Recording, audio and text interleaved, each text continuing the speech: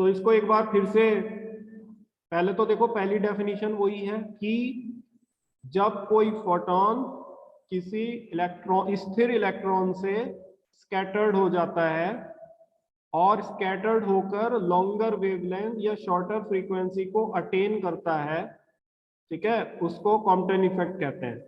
ये तो बहुत ब्रीफ डेफिनेशन है इसकी, नहीं तो आपको पूरा प्रोसेस को एक्सप्लेन करना होगा कि जब कोई फोटॉन कोई इलेक्ट्रॉन जो कि रेस्ट पर है उससे इलास्टिकली कोलाइड करेगा तो वो अपनी एनर्जी का कुछ पोर्शन उस इलेक्ट्रॉन को ट्रांसफर करेगा और डायरेक्शन ऑफ इंसिडेंस से एक पर्टिकुलर एंगल थीटा बनाकर स्कैटर्ड हो जाएगा।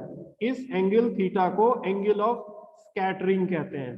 इस स्कैटर्ड फोटॉन की एनर्जी और फ्रीक्वेंसी इंसिडेंट फोटॉन से कम होगी या वेवलेंथ ज्यादा, स्कैटर्ड फोटॉन की वेवलेंथ इंसिडेंट फोटॉन से ज्यादा होगी, राइट। इस इफेक्ट को कॉम्पटन इफेक्ट कहते हैं, राइट। और जितने से वेवलेंथ इंक्रीज हुई है उसको हम कॉम्पटन शिफ्ट कहते हैं। इलेक्ट्रॉन भी फोटॉन से एनर्जी गेन करके डायरेक्शन ऑफ इंसिडेंस से एक पर्टिकुलर एंगल फाई पर रिकॉइल हो जाएगा। इस एंगल फाई को एंगल ऑफ रिकॉइल कहते हैं। इस प्रकार से जो इलेक्ट्रॉन कॉलिजन से पहले रेस्ट पर था वो कॉलिजन के बाद मोशन में आ जाएगा और very high velocity approaching to c velocity of light से ट्रेवल करेगा। क्लियर? सो डेफिनेशन, आप सबसे पहले इसकी डेफिनेशन लिखेंगे। When a photon is incident on an electron at rest it transfer some part of its energy to the electron and get scattered in a particular direction. The electron on gaining energy is required in a particular direction.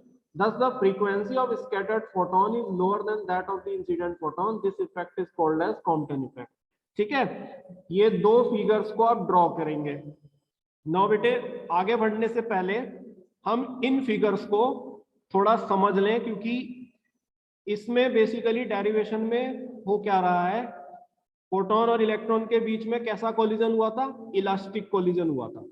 ठीक है बेटे, elastic collision में क्या चीज conserve होती है, दोनों ही conserve होता है, मोमेंटम भी कंजर्व होता है और एनर्जी भी कंजर्व होती है। ये आप जानते हो, 11वीं क्लास से बात को जानते हो। यानी कि momentum of photon and electron before collision is equal to momentum of photon and electron after collision। एक इक्वेशन तो ये बनेगी, energy of photon and electron before collision is equal to energy of photon and electron after collision। ठीक है, तो अगर मैं collision से पहले फोटॉन और इलेक्ट्रॉन के मोमेंटम का सम लूंगा तो ये सम फोटॉन और इलेक्ट्रॉन के मोमेंटम्स का सम कॉलिजन के बाद इक्वल होगा पहले वाले से। ठीक है, इसी को कहेंगे कंजर्वेशन ऑफ मोमेंटम। और अगर मैं कॉलिजन से पहले फोटॉन और इलेक्ट्रॉन की एनर्जी का सम लूंगा तो कॉलिजन के बाद फोटॉन और इलेक्ट्रॉन की एनर्जी का सम भी शुरू कॉलिजन से पहले के इक्वल होगा। एक इक्वेशन ये बनेगी, क्योंकि कॉलिजन कैसा है, इलास्टिक कॉलिजन है। क्लियर? नाउ बेटे अगर बात करते हैं, पहले बात करते हैं एनर्जी की। एनर्जी है स्केलर, तो स्केलर के कारण इसके ऊपर कोई भी डायरेक्शन का इफेक्ट तो आने का नहीं। ठीक, स्केलर पे कोई डायरेक्शन का इफेक्ट नहीं आता है। तो चलो पहले हम निकालते हैं कि एनर्जी कॉलिजन से पहले क्या होगी। इस फोटॉन की एनर्जी कॉलिजन से पहले कितनी है, एच न्यू। ठीक, इस इलेक्ट्रॉन की एनर्जी कॉलिजन से पहले कितनी है, इसकी rest energy m not C square. ठीक है, इसकी रेस्ट एनर्जी होगी कॉलिजन से पहले एम नॉट सी स्क्वायर। ये इलेक्ट्रॉन की एनर्जी है कॉलिजन से पहले।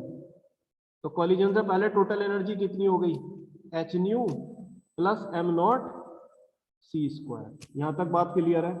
जरा कॉलिजन के बाद की बात करते हैं। ये वाला हिस्सा कॉलिजन के बाद का है।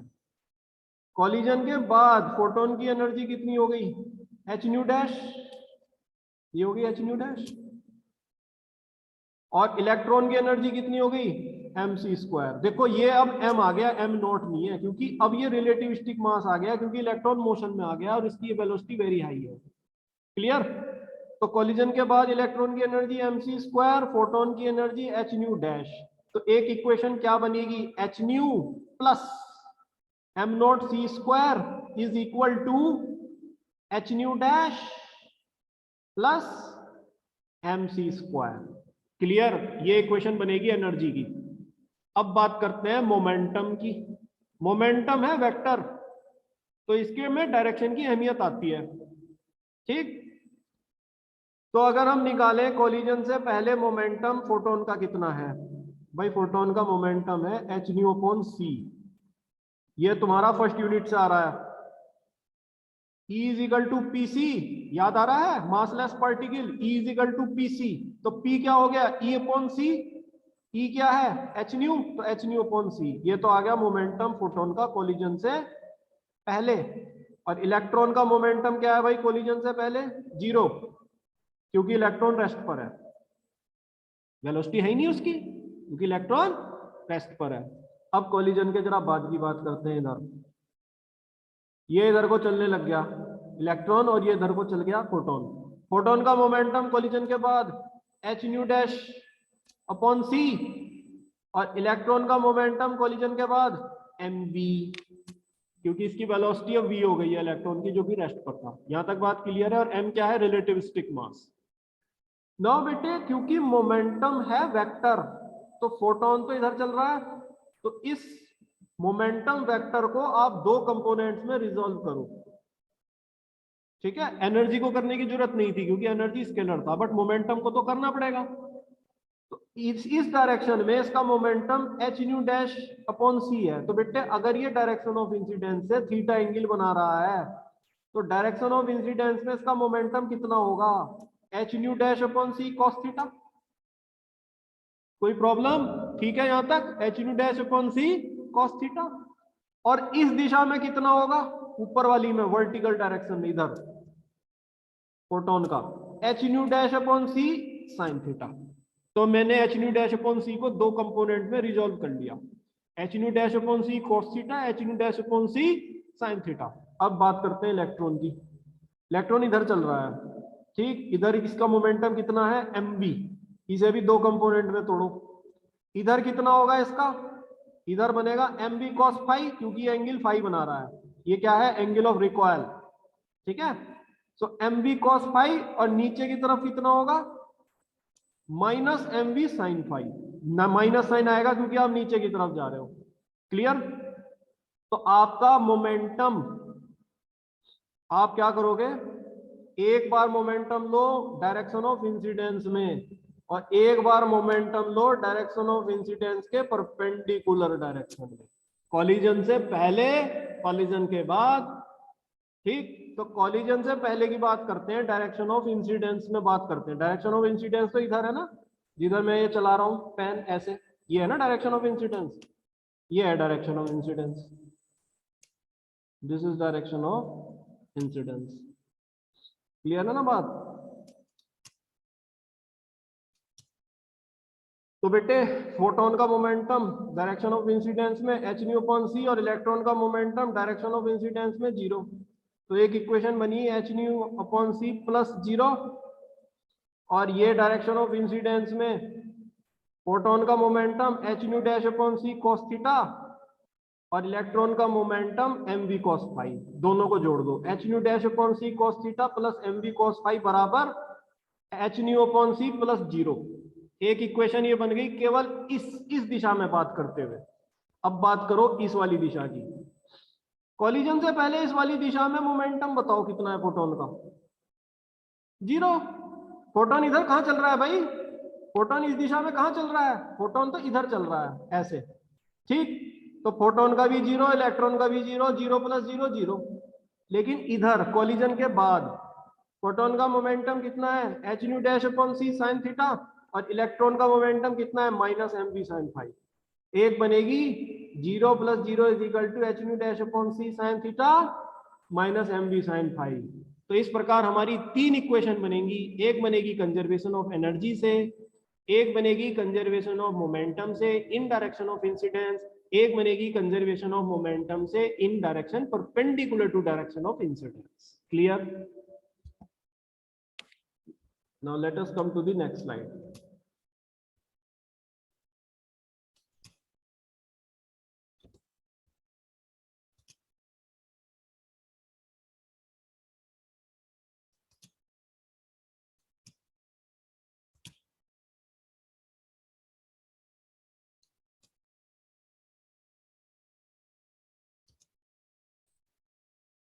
देखो बेटे, ये सब मैं बता चुका हूं। For elastic collision between photon and electron, क्योंकि फोटोन और इलेक्ट्रॉन के बीच कोलिजन इलास्टिक है, therefore total energy of electron and photon before collision is equal to total energy of electron and photon after collision.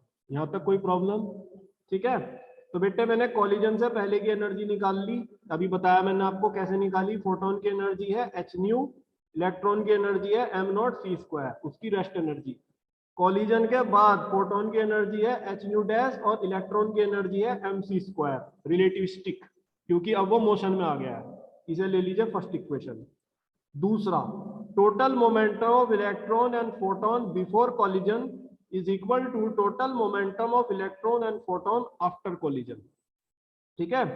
तो पहले मैं बात करता हूं इन डायरेक्शन ऑफ इंसिडेंस की। डायरेक्शन ऑफ इंसिडेंस मतलब हॉरिजॉन्टल डायरेक्शन की। तो बेटे हॉरिजॉन्टल डायरेक्शन में फोटोन का कितना है एच न्यू अपॉन सी, इलेक्ट्रॉन का कितना है 0, क्योंकि इलेक्ट्रॉन रेस्ट पर है। ठीक। कोलिजन के बाद फोटोन का कितना है h nu dash upon C cos theta, और इलेक्ट्रॉन का कितना है एम बी कॉस फाइव। समझ में आ गया? मैंने रिजॉल्व करके दिखाया था अभी तुम्हें पिछली वाली फिगर में। ठीक, ये हो गया इक्वेशन सेकंड। इसी तरह से in direction perpendicular to direction of incidence, perpendicular direction है वर्टिकल वाली, ऐसे भाई इधर को फोटोन चल ही नहीं रहा तो इसका भी 0 है और इलेक्ट्रॉन का भी 0 है। लेकिन फोटोन का कोलिजन के बाद कितना हो गया इधर h nu dash upon C sine theta minus m b cos five. Take it as equation 3। Equation 2 से हम इसको लिख सकते हैं एम बी कॉस फाइव।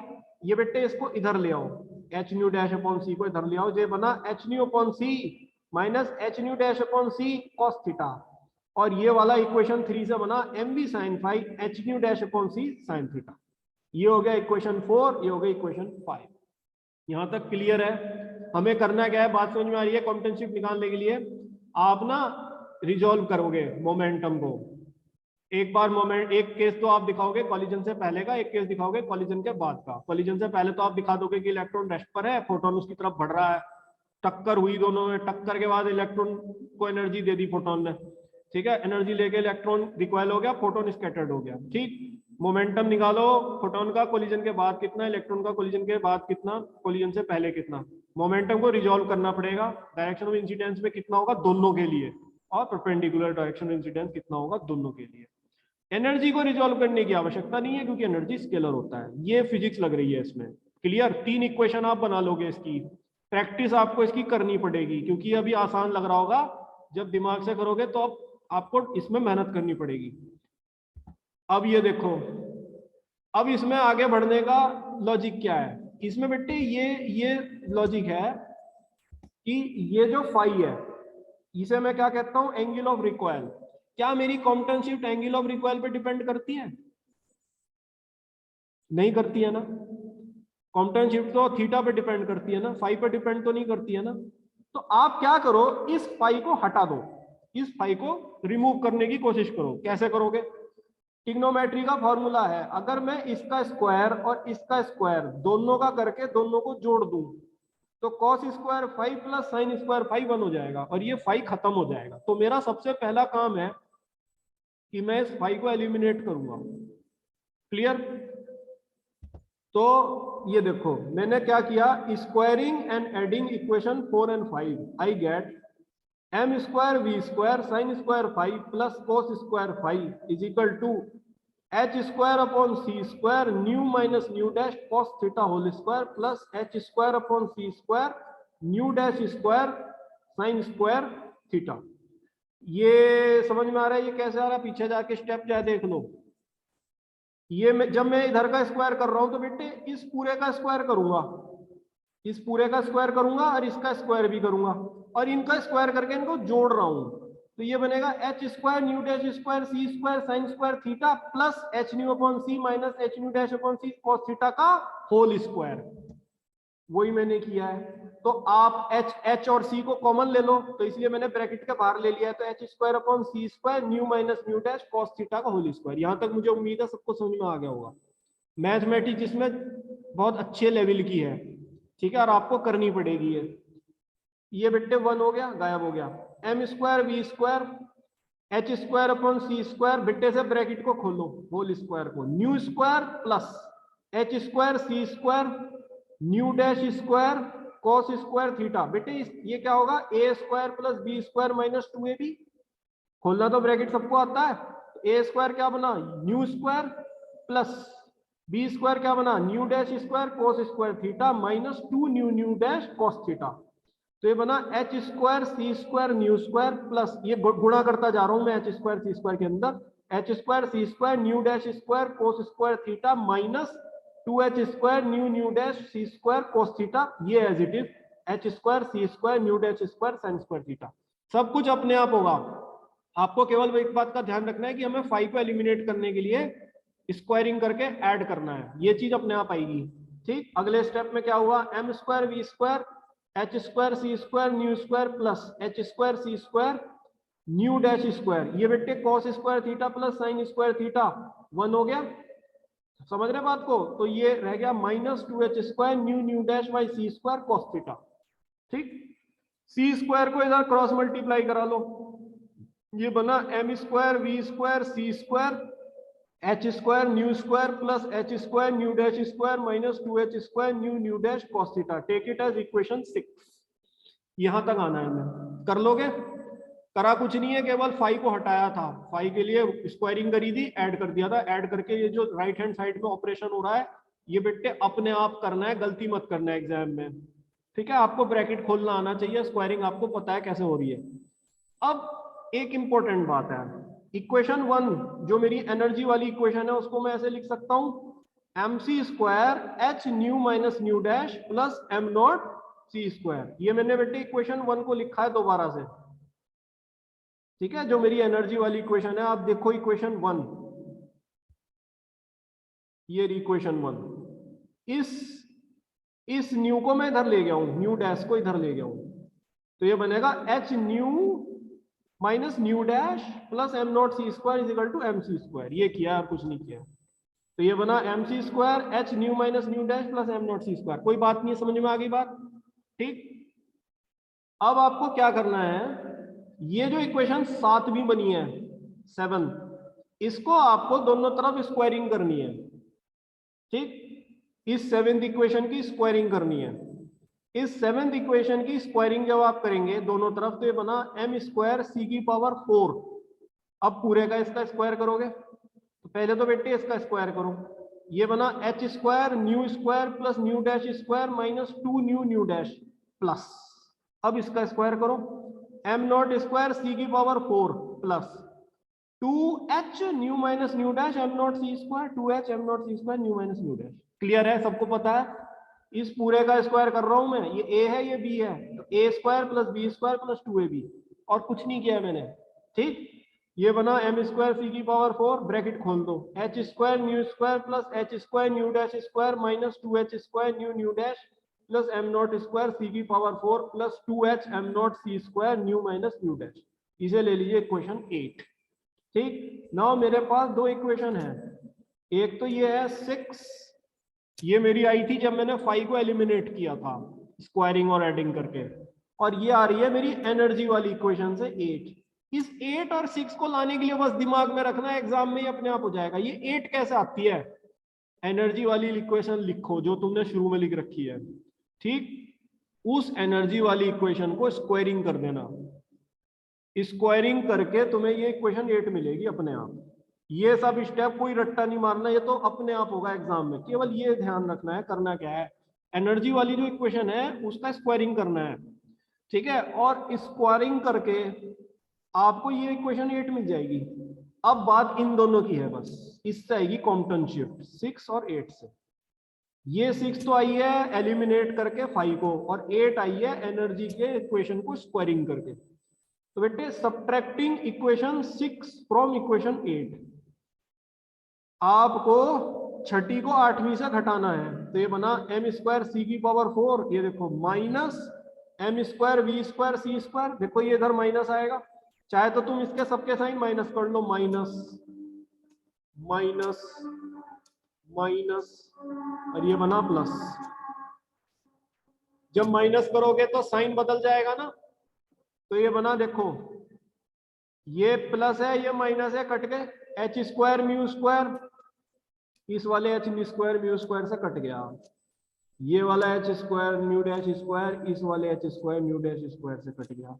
तो आपको इनमें बहुत फायदा ये हुआ कि आपकी ना टर्म्स कम हो गई, कट रही है, समझ रहे हैं। तो ये कटने की बात तभी आएगी जब आपको ये बात ध्यान रखेगी कि उस एनर्जी वाली इक्वेशन का मुझे स्क्वायरिंग करना है। स्क्वायरिंग करके जो भी इक्वेशन आएगी ना, उससे मुझे जो इक्वेशन ऊपर बनी है 5 को एलिमिनेट करके जो आई है उससे सब्सट्रैक्ट करना है, बस। ये 3 स्टेप माइंड में रखना है आपको, इसके बाद शिफ्ट अपने आप निकल जाएगी, ठीक है। आपने ये निकाला, ये बन गया खाली ये minus 2h square nu nu dash plus m naught square सी की पावर 4, ये तो ऊपर से ही आ रहा है, प्लस 2h m नॉट सी square nu minus nu dash, derivative plus हो गया था तो ये आ गया plus 2h square nu nu dash cos theta, ठीक। अब देखो इसमें क्या चीज कॉमन है, m स्क्वायर सी स्क्वायर कॉमन है, C square minus B square is equal to, इसमें आप क्या चीज कहां पे ले सकते हो, एक तो ले रहा हूं मैं ये और ये दोनों ले रहा हूं, पहले वाली और चौथे वाली। तो इसमें कॉमन आया minus 2h square nu nu dash, देखो इधर भी 2h square nu nu dash है, तो ये बेटे बन गया 1 minus cos theta common, plus ये एज इट इज लिखो ऊपर वाला 2h m नॉट सी square nu minus nu dash plus m naught square सी की पावर 4। क्लियर है यहां तक बात? नेक्स्ट स्टेप,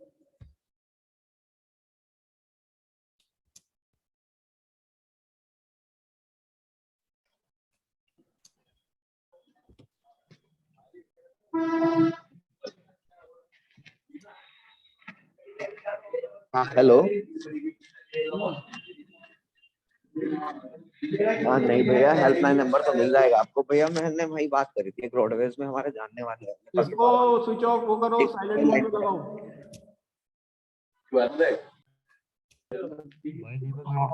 गौतम हुडा,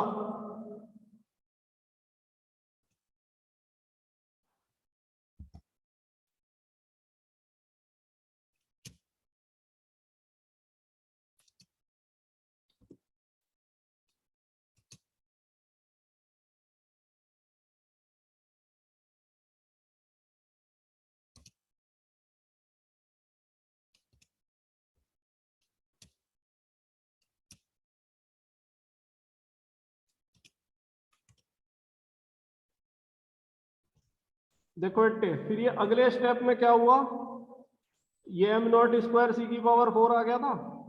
अब तुम क्या करो, इसे उसमें चेंज कर लो, रेस्ट मास में, m स्क्वायर सी स्क्वायर, जो m स्क्वायर आ रहा है इसको आप रेस्ट मास में बना लो, क्योंकि कॉम्पटन शिफ्ट रेस्ट मास में ही आएगी, वो रिलेटिविस्टिक मास में नहीं आती है। तो जब आप जानते हो m बराबर m not upon under root 1 minus we square by C square होता है, तो जब आपने m स्क्वायर किया तो ये बना m naught square upon 1 minus we square by C square minus we square is equal to minus 2h square nu nu dash 1 minus cos theta, ये सब as it is, plus 2h m naught C square nu minus nu dash plus m naught square सी की power 4। LCM लिया, C square minus we square, ये C square ऊपर जाके m naught square सी की power 4, C square minus we square C square minus we square is equal to minus 2h square nu nu dash 1 minus cos theta plus 2h m naught C square nu minus nu dash plus m naught square सी की power 4। ठीक है, ये C square minus we square cut गया, ये इधर एक am not square सी की power 4 है, इधर भी एम नॉट स्क्वायर सी की पावर 4 है। ये और अच्छा हो गया, ये भी दोनों कटेंगे, ये कट गया इससे। ठीक, आपके पास केवल एक टर्म रहेगी, minus 2h square nu nu dash 1 minus cos theta plus 2h am not square m not C square nu minus nu dash. ये रह गई केवल दो टर्म। अब क्या करना है बेटे, शिफ्ट निकालनी है। न्यू न्यू वाली टर्म एक तरफ कर लो, बाकी कुछ भी है उसे एक तरफ कर लो इक्वेशन के, क्योंकि शिफ्ट तो new lambda lambda dash minus lambda है ना शिफ्ट, तो न्यू वाली टर्म को एक तरफ ले आओ, अब बगैर न्यू वाली टर्म को दूसरी तरफ ले जाओ। तो हमने वही किया, इसको इधर ले गए तो ये प्लस में आ गया, 2h square nu nu dash 1 minus cos theta equal to 2h am not C square nu minus nu dash. 2 से 2 कैंसिल, h से एक h कैंसिल, एक h रह गया, h nu nu dash 1 minus cos theta m not C square nu minus nu dash. ठीक है, तो अब क्या करो, न्यू, ये जो न्यू है इसे इनके साथ ले लो और इस एम नॉट सी स्क्वायर को इधर ले लो, तो ये बना h 1 minus cos theta m not C square nu minus nu dash upon nu nu dash. Nu nu dash से न्यू को जब काटा तो 1 upon nu dash minus 1 upon nu, तो इस c को तुम यहां गुणा कर लो, तो ये बना h upon m not c 1 minus cos theta c upon nu dash minus c upon nu. C upon nu dash होता है lambda dash, c upon nu होता है lambda, lambda dash minus lambda delta lambda, delta lambda is constant shift, और ये prove हो गया h upon m not c 1 minus cos theta. इसके बाद आप इसमें तीन इंपॉर्टेंट बात लिखेंगे। जब थीटा 90 है तो डेल्टा लैम्डा होगा h अपॉन एम नॉट सी, जब थीटा 0 है तो डेल्टा लैम्डा होगा 0, जब थीटा 180 है तो डेल्टा लैम्डा मैक्सिमम होगा 2h अपॉन एम नॉट सी। ठीक है, ये मैं पेज आपको थोड़ा और बेटर वाला शेयर करूंगा, ये पुरानी स्लाइड्स में से आया है, इसको मैंने और बेटर तरीके से लिखा है इस लास्ट वाली स्लाइड को। जब मैं अभी आपको नोट शेयर करूंगा ग्रुप में तो बेटर स्लाइड वाली बेटर वाला पेज भेजूंगा। इसमें हमने ये भी लिखा है कि इनमें मॉडिफाइड रेडिएशन कौन सा है और अनमॉडिफाइड रेडिएशन कौन सा होगा। ये वाला अनमॉडिफाइड है, ये जो डेल्टा लैम्डा 0 है, और ये दोनों मॉडिफाइड है, 90 पे भी 180 पे भी। क्लियर होगी बात? तो ये आपका 10 नंबर यहाँ पे पक्के होते हैं, ये इतना लंबा आपको करना है। So I still have the time, मैं एक बार इसको आपको रिवाइज करा देता हूँ पीछे से।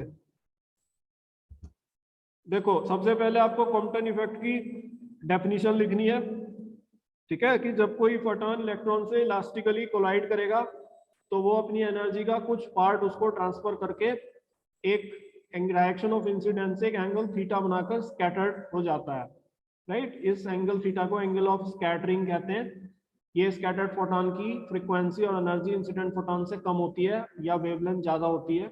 राइट, और इसको हम कॉम्पटन इफेक्ट कहते हैं। तो किसी भी इलेक्ट्रॉन से फोटॉन का स्कैटर्ड होकर लॉन्गर वेवलेंथ अटेन करना या शॉर्टर फ्रीक्वेंसी अटेन करना, उसको कॉम्पटन इफेक्ट कहा जाता है। क्लियर? नाउ इसकी डेरिवेशन में हम निकालने जा रहे हैं कॉम्पटन शिफ्ट।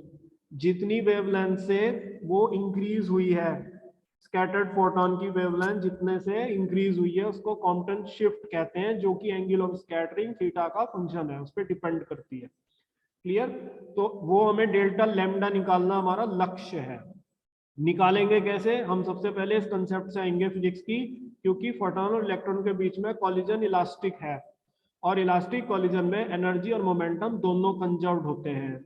तो इसी वजह से energy before collision is equal total energy before collision, total energy किसकी? फोटॉन एंड इलेक्ट्रॉन की, before collision will be equal to total energy of photon and electron after collision. एक इक्वेशन इससे बनाएंगे। और total momentum electron and photon before will be equal to total momentum electron and photon after the collision. But क्योंकि momentum is a vector, तो इसको हम दो directions में रिजॉल्व करेंगे, एक तो डायरेक्शन ऑफ इंसिडेंस और एक direction perpendicular to direction of incidence. ठीक है, फिर हम एनर्जी की पहले बात कर लेते हैं। तो यहाँ इसकी एनर्जी फोटॉन की एच न्यू है, इलेक्ट्रॉन की एनर्जी रेस्ट एनर्जी होगी एम नॉट सी स्क्वायर। ये तो कॉलिजन से पहले की बात है। कॉलिजन के बाद जो है इलेक्ट्रॉन फोटॉन की एनर्जी हो गई एच न्यू डैश, जो कि कम हो गई, और इलेक्ट्रॉन की एनर्जी हो गई एम सी स्क्वायर। एक इक्वेशन तो इससे बन जाएगी। ठीक है, कंजर्वेशन लगा के। बात करते हैं मोमेंटम की। पहले बात करते हैं डायरेक्शन ऑफ पहले पूरे मोमेंटम की चलो बात कर लेते हैं। ये फोटोन का मोमेंटम बन रहा है h/c, इसमें कोई डाउट नहीं है, सबको क्लियर है, p = u/c से आया है, ठीक। और इलेक्ट्रॉन का मोमेंटम है 0 क्योंकि वो रेस्ट पर है। ये कॉलिजन के पहले की बात, टक्कर हुई, इसने अपनी एनर्जी इसको दी, ये इधर को गया, ये इधर को गया, ठीक। इसके पास मोमेंटम आ गया mv, इसके पास मोमेंटम हो गया h/c। अब ये क्योंकि वेक्टर है तो इसको हमें दो कंपोनेंट में तोड़ना होगा। एक कंपोनेंट ले लो डायरेक्शन ऑफ इंसिडेंस में, एक ले लो डायरेक्शन ऑफ इंसिडेंस के परपेंडिकुलर। डायरेक्शन ऑफ इंसिडेंस में इसका मोमेंटम हो गया h/c cos थीटा, इसका हो गया h/c sin थीटा, ठीक है। जब हमने फोटोन का, इलेक्ट्रॉन का हो गया डायरेक्शन ऑफ इंसिडेंस में mv cos फाई, और परपेंडिकुलर हो गया नीचे की तरफ आ रहे हैं तो माइनस साइन आ गया -mv sin फाई। अगर बेटे आपने ये रिजोल्यूशन ठीक से कर लिया, फिर इस रिजोल्यूशन के आधार पे ये लेवलिंग कर देना भाई, एग्जाम में इसी तरह से अच्छे से बना देना इसको, तो आपकी इक्वेशन आपको बनानी आ गई। ये फिर आपने बना दी कि इलास्टिक कोलिजन है इसलिए एनर्जी इक्वल आ गई, तो एक इक्वेशन तो ये बनी कंजर्वेशन ऑफ एनर्जी से, ठीक है। एक इक्वेशन बनी मोमेंटम के कंजर्वेशन से, ये डायरेक्शन ऑफ इंसिडेंस में। एक बनी मोमेंटम के कंजर्वेशन से perpendicular to direction of incidence में, ये जीरो बात समझ में आ रही है? दोनों जीरो क्यों आए? क्योंकि फोटोन इधर को चल रहा है, इधर को नहीं चल रहा, तो कॉलिजन से पहले उसका मोमेंटम परपेंडिकुलर में जीरो होगा। क्लियर? तो ये हमारी तीन इक्वेशन बन गई, ये हमारा स्टार्टिंग पॉइंट है। अब क्या करना है हमें? फाई को हटाओ, दिमाग में तुरंत लाना है फाई को हटाओ, क्योंकि कॉम्पिटेंट शीट फाई पे होती नहीं है। मैथ्स कहती है भाई फाई कैसे हटेगा? फाई हटेगा अगर तुम जो है इन दोनों का स्क्वायरिंग कर दो, इन्हें जोड़ दो, ठीक। तो जैसा मैथ्स कहती है उसी के हिसाब से हमें चलना है। तो हमने इसको स्क्वायरिंग किया, जोड़ा, हमें नहीं, हमने रट नहीं रखा क्या बनेगा, अपने आप बनेगा जो बनेगा, हमें सिर्फ इतना पता है फाई को हटाना है। हमने फाई को हटाया तो हमने स्क्वायरिंग करा, इधर अपने आप जो भी चीज होगी वो अपने आप स्क्वायरिंग हो जाएगी। बेटे स्क्वायरिंग तो सबको आती है, a² + b² + 2ab वाला फॉर्मूले लगने हैं, ठीक।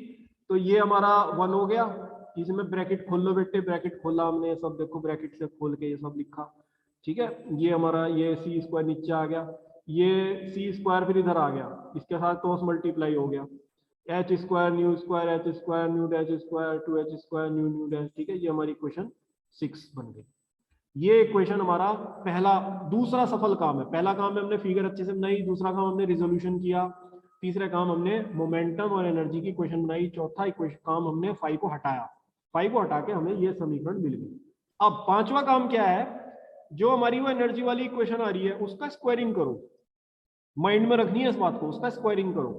तो ये मैंने एनर्जी वाली इक्वेशन का स्क्वायरिंग किया, ठीक है, इक्वेशन 1 से।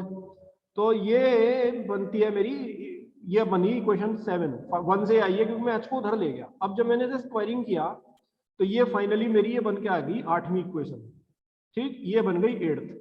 अब क्या करना है कि ये जो 6 और 8 है, बस जहां जैसे ही तुम यहां पहुंच जाओ समझो 80% काम तुम्हारा हो गया। अब तुम कॉम्पिटेंट शिफ्ट के नजदीक हो, आखिरी स्टेप पे हो। अब क्या करो कि ये जो इक्वेशन आ रही है फाई को एलिमिनेट करके, और जो इक्वेशन तुमने बनाई है एनर्जी का स्क्वायरिंग करके जो आई है, इन दोनों को यूज करना है। तो क्या करना है? आप 6 को 8 से घटा दो। ऐसा करने से आपको फायदा है क्योंकि टर्म्स कटेंगी, टर्म्स जो है कट जाएंगी, ठीक है। तो जब आप इसे घटाओगे तो बेटे सारे साइन माइनस का होगा, ये माइनस हो जाएगा, ये माइनस हो जाएगा, ये माइनस हो जाएगा, ये प्लस हो जाएगा। तो देख देख के घटाते रहो। करना क्या है? इसको घटाया, सेम लिखा, तो बेटे जब ये माइनस होगा, ये माइनस होगा, ये प्लस है, तो ये और ये इससे कट गए, ये प्लस आया, ठीक है, ये प्लस आया, ये माइनस में एज इट इज आया। तो ये वाली टर्म आप समझ गए कैसे आई है, इधर वाली, ठीक। इसके बाद हमने कॉमन लिया, कॉमन लेके हमने ये पहली वाली टर्म और चौथी वाली टर्म इन्हीं को लिया, क्योंकि 2h² ν डैश हमें दिखाई दे रहा है यहाँ पे कॉमन है, तो हमने ये कॉमन ले लिया। कॉमन लेके 1 - cos थीटा किया, ठीक है। 2h m0 c² ν minus ν dash m0 square c⁴, ठीक। इसके बाद जो है हमने ये आखिरी स्टेप में ये मत भूलना कि कॉम्पोनेंट शिफ्ट में m0 आता है, m नहीं, तो आप उसे रेस्ट मास में चेंज करना। आखिरी स्टेप में बस इस बात का ध्यान रखना है। तो जब तुम रेस्ट मास में चेंज करोगे तो ये m से m0 में जब तुम लाओगे ना इसको, तो ये टर्म आ जाएगी। ये सब चीज अपने आप कटेगी, ठीक। ये कुछ नहीं रटना है, सब अपने आप कटेगा। ये इधर अपने आप आता रहेगा, ये जो भी आ रहा है इस तरफ, ठीक। तो ये कट गया, ये कट गया। इसके बाद एक फायदा आपको ये भी होगा कि ये वाली टर्म भी इधर वाली एक टर्म से m0 स्क्वायर c⁴ दोनों तरफ कटेगी। बस आपके पास दो टर्म रह गई फाइनली। अब क्या करना है, न्यू न्यू डैश को एक तरफ कर लो और जो टर्म बगैर न्यू न्यू डैश वाली है उन्हें एक तरफ कर लो, क्योंकि शिफ्ट आनी है तो न्यू न्यू डैश चाहिए होगा। ठीक, तो हमने पहले तो इसको इधर ले गए तो ये प्लस हुआ, उसके बाद हमने सिंप्लीफाई किया तो 2h कटा, एक h रह गया। इसके बाद देखो हमने न्यू न्यू डैश एक तरफ कर लिया और जो दूसरी टर्म है उन्हें एक तरफ कर लिया। ये जब कटा तो ये 1 - 1/न्यू डैश माइनस 1/न्यू, सी से हमने यहाँ गुणा किया, ये सी यहाँ चढ़ा दिया ऊपर, इसके साथ दोनों से गुणा होगी तो यहाँ केवल एक सी रह गया, h/m0 सी, c/न्यू डैश c/न्यू लैम्डा डैश माइनस लैम्डा, ये बन गया शिफ्ट डेल्टा लैम्डा। बस इसके बाद आपको तीन बातें कहनी है कि 90 पे क्या होता है, 0 पे क्या होगा, 180 पे क्या होगा। मैक्सिमम शिफ्ट आपको मिलती है 2h/m0c। बेटे इस फॉर्मूले पे न्यूमेरिकल बनता है, मैंने आपको जो शेयर कर दिया गूगल क्लासरूम पे, उम्मीद है आप सबने वो ले लिया होगा। उसमें देखना जो लास्ट के 4 न्यूमेरिकल हैं, क्वेश्चन नंबर 8 से लेके क्वेश्चन नंबर 11 तक, वो कॉम्पटन शिफ्ट पर हैं। उन्हें आप जरा ट्राई कीजिए, मैं सारे करा दूंगा लेकिन आप अब ट्राई कर सकते हैं उसे। ठीक है, एच प्लैंक कांस्टेंट है, m0 मास ऑफ इलेक्ट्रॉन है, रेस्ट मास ऑफ इलेक्ट्रॉन है, थीटा एंगल ऑफ स्कैटरिंग है, तो ये थीटा बेसिकली आपको देगा। क्लियर, तो इस तरह हमारी ये कॉम्पटन शिफ्ट का वो है। और अगर आपको आई थिंक माई